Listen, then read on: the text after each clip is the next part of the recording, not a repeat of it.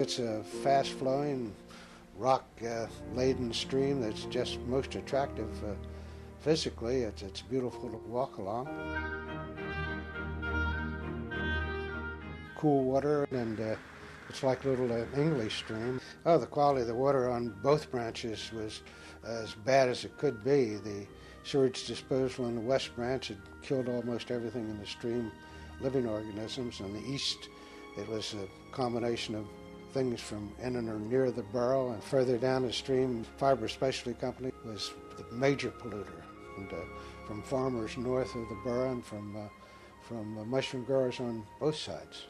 So the stream was, in essence, a dead stream. We started out with social meetings and chatting, and then we began to organize a little more formally. And then the idea was to raise money and get new members and make the interest wider. And that's the way it developed. The East Branch, I think, has been pretty well cleaned up, and certainly NVF has done its part to transport a lot of its effluent completely out of the stream. So I'd say it was 100% improvement. That's not to say that there need not be further work done, though.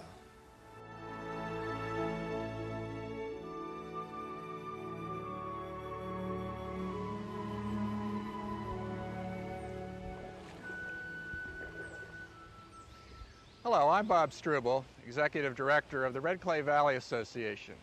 Protecting these waters and the other priceless natural resources in the Red Clay Valley has been the mission of our association since its founding in 1952.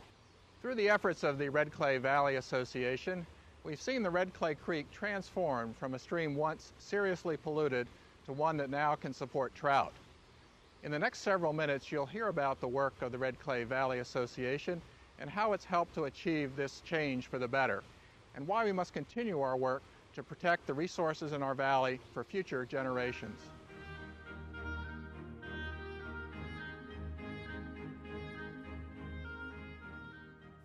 The Red Clay watershed is like every other watershed and different from every other watershed. The Red Clay Creek, like every other stream, begins at one small source, high in the valley. As the stream flows southward through the 55 square mile watershed, it defines an area that's unique. It flows through villages and small towns, through open lands that are still rural. The east and west branches join below Kennett Square, and the stream eventually flows into the White Clay Creek and ultimately into the Delaware River.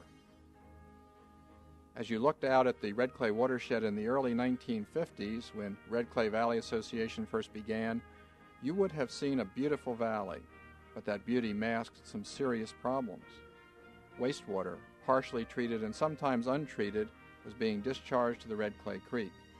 At the same time, sediment was clogging the aquatic life, and trash was accumulating in many spots around the valley. If these problems were not enough, the valley was beginning to develop in the 1950s, and new residents were putting serious demands on the valley's natural resources. Red Clay Valley Association felt that the problem had to be addressed at every level. We began by working with the corporate neighbors who quickly saw the value in upgrading their wastewater treatment facilities. The NVF company in York Lynn began with their most serious discharges, eliminating zinc through a zinc reclamation unit and putting in a wastewater treatment plant. At Kennett Square, the sewage treatment plant for Kennett Borough and the surrounding Kennett and New Garden townships was upgraded at considerable cost in the late 1960s. In that upgrading process, a new technology came forward which has helped to shape wastewater treatment in the Red Clay Valley ever since. That new treatment process looked at nature to help solve the problem. It involved the building of treatment lagoons, ponds that treated wastewater rather than using mechanical means. But what was clearly different in this technology was what happened at the end. The wastewater, after being treated and disinfected, was irrigated over cropland, forest land, and other open spaces. The Red Clay watershed is a showcase for this spray irrigation technology. Beginning with the first permit issued in the state of Pennsylvania for Unionville High School and Middle School complex, continuing with the Longwood Gardens facility, which eliminated its stream discharge, the New Bolton Center, which also eliminated their stream discharge through spray irrigation,